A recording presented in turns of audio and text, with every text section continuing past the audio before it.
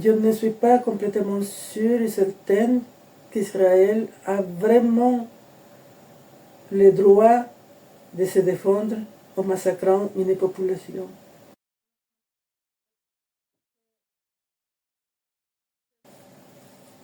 Palestine, un génocide normalisé. C'est écrit, donc c'est une dédicace, aux enfants de Palestine occupée, massacrés, affamés, traumatisés, mutilés à vie, victimes de la violence coloniale israélienne. J'aimerais vous faire réagir par rapport à ça. Dans les guerres, la première victime est la vérité. Mais ici, dans le cas de la Palestine, depuis le 7 octobre 2023, les principales victimes, ce sont les enfants. Ce sont les enfants, les filles, les garçons, les petits, les bébés, les nourrissons, les adolescents. Et puis, les femmes aussi, les personnes âgées, mais les enfants sont toujours l'espoir. Les enfants représentent toujours l'avenir. Et quand on se met à exterminer et massacrer les enfants dans une société, c'est terrible. Je n'ai pas de mots pour le décrire, je n'ai pas de mots pour le définir. Je trouve que c'est vraiment quelque chose que je n'arrive même pas à comprendre. Comment peut-on, ici en Occident, ici en Europe, et concrètement en France, que c'est le pays où je me trouve, comment les grands médias de communication, les mass médias, les médias traditionnels, la plupart des journalistes, soit ils se taisent, soit ils veulent nous dire, ils nous disent qu'Israël a le droit de se défendre. Et parce qu'Israël a le droit de se défendre, il est tout à fait acceptable que des enfants soient massacrés, jour après jour. Et c'est là maintenant, depuis maintenant un an. Hein. Alors que je ne suis pas complètement sûre et certaine qu'Israël a vraiment le droit de se défendre en massacrant une population. Et d'ailleurs, je profite pour rappeler quelque chose. Devrait être une évidence, et pourtant la plupart semblent l'oublier ou l'ignorer. Et c'est que dans une situation de domination coloniale, où il y a un peuple colonisé et un oppresseur qui colonise et qui domine, ce n'est pas le colonisateur qui a le droit de se défendre. C'est le colonisé qui a le droit de se défendre de la oppression, de la domination coloniale. Donc, ce n'est pas l'occupant israélien qui a le droit de se défendre. C'est le peuple occupé de Palestine. Après, bon, il peut y avoir des façons, des moyens, des mécanismes qu'on peut ne pas approuver.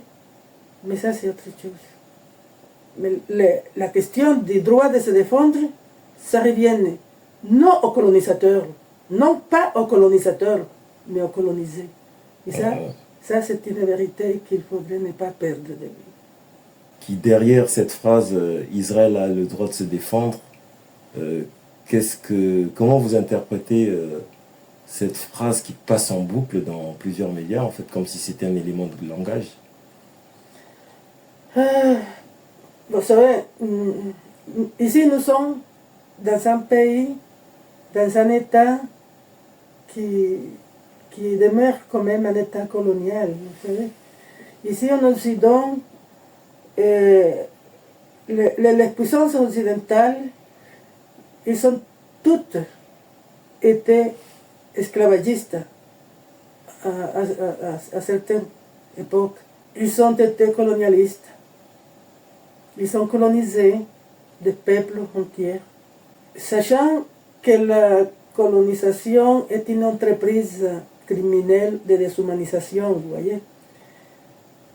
Ces puissances ont un commun dénominateur. Ils ont beaucoup d'affinités. Ils ont beaucoup de points communs. Donc, avec Israël, ils ont en commun cette trajectoire colonialiste. De toute façon, rien que pour parler de la France et ses médias, la France n'a jamais fini d'être un pays colonial.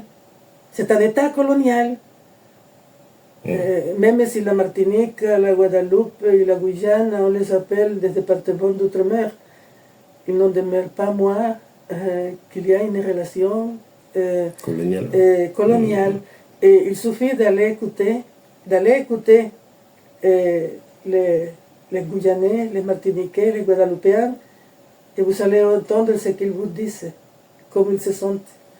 Donc, si vous allez parler avec un Kanak, même ça vous rend en Nouvelle-Calédonie. Vous pouvez trouver ici en France parfois des Kanaks. Vous pouvez parler avec. Il vous dira comment ils se sentent. Donc, je crois bien que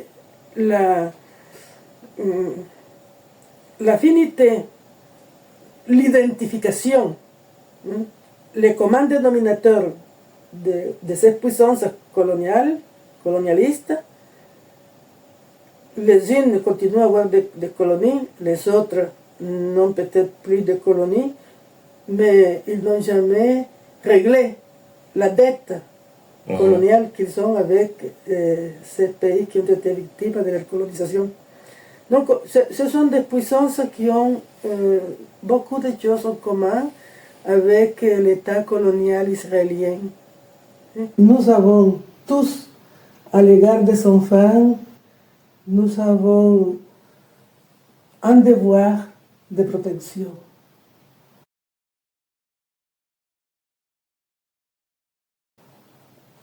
Nous avons tous l'obligation, ou en tout cas d'un point de vue éthique, nous avons le devoir de protéger l'enfance, parce que ce sont eux l'avenir de l'humanité. Je crains fort que la société française soit en train de perdre ce qu'il restait d'humanité. Ça semble être le destin des États colonisateurs, de perdre les armes et l'humanité. Parce que vous savez bien que la colonisation, elle a ces choses horribles comme caractéristiques. Et c'est que la colonisation déshumanise les colonisés, mais elle déshumanise aussi en même temps les colonisateurs. Et nous, qui sommes ici, dans une société, dans un État colonial, nous devons faire attention à ne pas y perdre notre humanité. Et c'est pourquoi il me semblait qu'il était de mon devoir, il était de mon obligation de faire quelques petites choses, aussi toutes petites soient-elles, mais au moins essayer. Parce que assister à ce génocide qui se déroule devant nous, sans rien dire, ou en disant des ambiguïtés, et en ayant des ambivalences, ça ne peut que finir mon humanité. Ça ne peut que tuer mon humanité. Ils nous disent qu'Israël a le droit de se défendre. À la rencontre de Rosa Amelia Plumel Urube, Maman Rosa, en route, en mouvement, Tokende. Et parce qu'Israël a le droit de se défendre, il est tout à fait acceptable que des enfants soient massacrés. Ingeta. Nous vous souhaitons la bienvenue à bord de notre TGV SNCF à destination de Paris-Montparnasse. Nous desservirons les gares d'Angers-Saint-Lô et Paris-Montparnasse, notre terminus. Nous venons de quitter la gare de Nantes avec un retard de 5 minutes. Ce retard est dû, je vous le rappelle, à un bagage oublié sur le quai, ce qui a entraîné l'intervention des forces de déminage.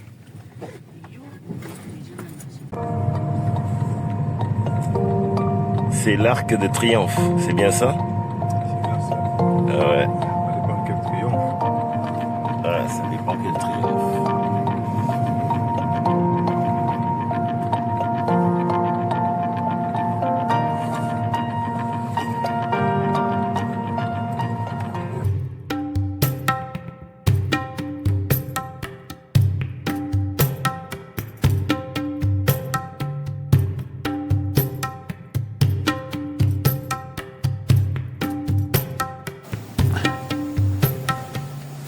Bonjour Rosa. Juif de Rome. Ok. Raoul Hilbert, chez Fayard. D'accord. Il y a une sacrée documentation quand même ici. Ah oui, là. Lequel? Ah, L'abandon des Juifs. l'abandon des Juifs. David Wiman. Les Américains et la solution finale. La préface Elie Wiesel, prix Nobel de la paix. Jean-Marie. Ok. Demain, ça, le 7e million. Ah ça, vous avez souvent parlé de ça. Ouais. Donc c'est bien. Oui. Le 7e million. Ouais. Les Israéliens et le génocide. Publié chez Liana Levy. D'accord. Donc ça aussi, c'est bien. Oui. Dont les parents allemands, juifs, ont quitté l'Allemagne en 1933, je crois. Ils sont allés s'installer en Palestine. Et devenu adulte, il est devenu, bon, il est né là-bas en Palestine. Et il est historien, et il a travaillé comme journaliste et il a écrit plusieurs ouvrages, dont un ouvrage dont j'ai tiré cette information que j'espère vous allez lire lorsque vous aurez l'occasion. À la page 56, vous trouvez sioniste et nazi en Palestine. Vous lirez là, vous lirez cette partie quand vous aurez le temps et vous allez voir comment on s'entendait si bien nazi et sioniste. Page 56. Ouais. Vous l'avez vu? Sionistes et nazis en Palestine. Nous pouvons admettre l'existence de contradictions idéologiques entre sionistes et nazis, mais la réalité des faits atteste des affinités idéologiques non démenties entre sionistes et nazis. À la fin du 19e siècle et au début du 20e siècle, les mouvements sionistes, les pionniers de la colonisation sioniste en Palestine, s'étaient engagés, oui, avec les puissances occidentales, notamment avec l'Empire britannique. Ils s'étaient engagés à être là-bas, au Moyen-Orient, un bastion de la civilisation. Ce n'était même pas nécessaire de dire de la civilisation occidentale, puisque la seule civilisation reconnue était la civilisation occidentale. Et ça, là, c'était dès le départ, hein, de la fin du 19e siècle, après l'affaire Dreyfus, qui est, pour beaucoup, dans la création du mouvement sioniste, hein, qui a été créé par Theodor Herzl. Déjà en 1895 à peu près, Theodor Herzl considérait qu'il allait coloniser la Palestine et devenir là-bas un bastion de la civilisation. Et cette espèce d'engagement a été maintenue avec l'Empire britannique et au fait avec l'Empire occidental. Et ça c'est quelque chose qui a beaucoup pesé, je crois, dans le soutien dans le soutien occidental à l'égard du mouvement sioniste de colonisation en Palestine. Donc, le projet sioniste de colonisation de la Palestine a été, dès le départ, un projet de colonisation de peuplement.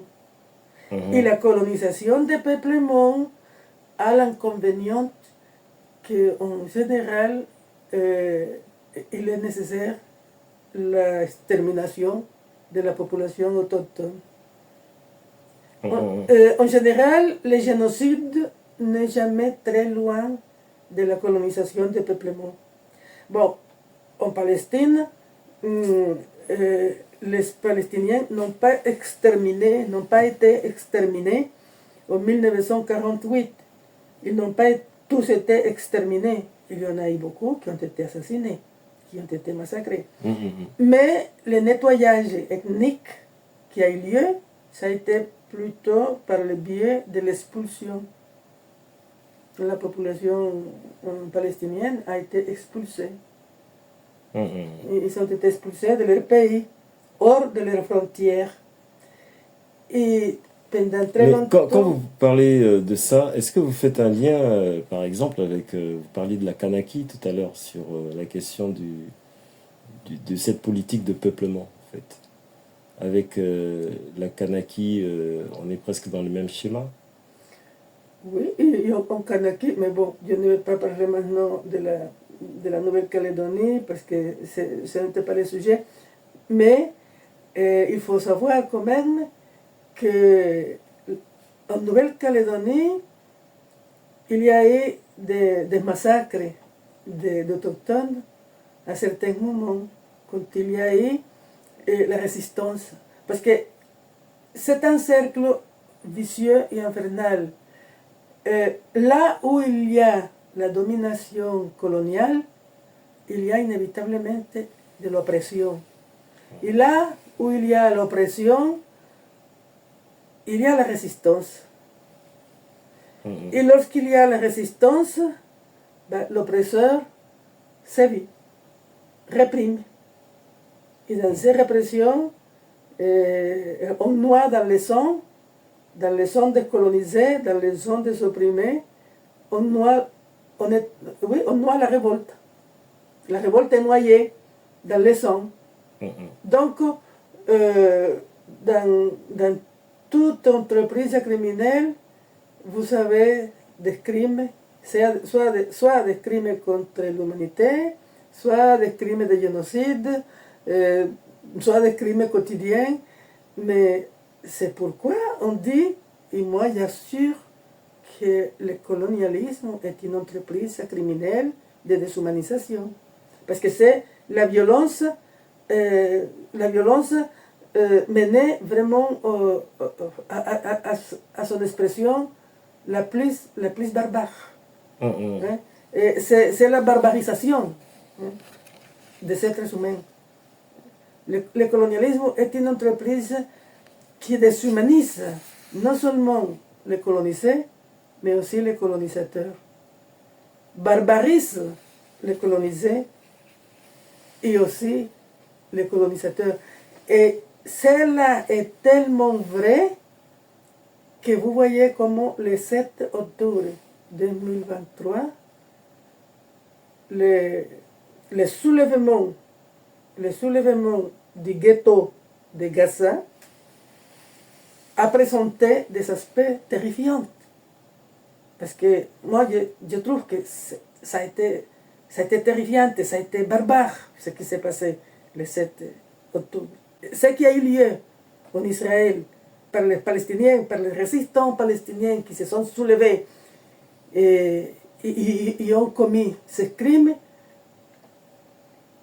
ça, c'était de la barbarie.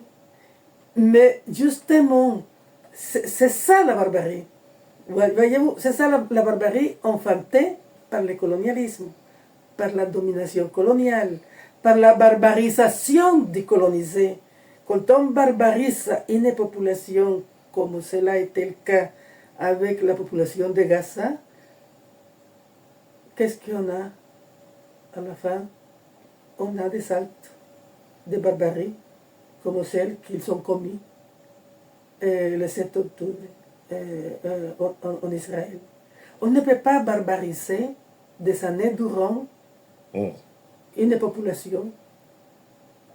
Il s'est étonné lorsqu'un jour, ils agissent de façon barbare. Moi, je trouve que le 7 octobre a été une manifestation de barbarie. Et il me semble important de comprendre ce qui a engendré cette barbarie. Parce qu'elle ne s'est pas faite toute seule, elle ne vient pas de nulle part.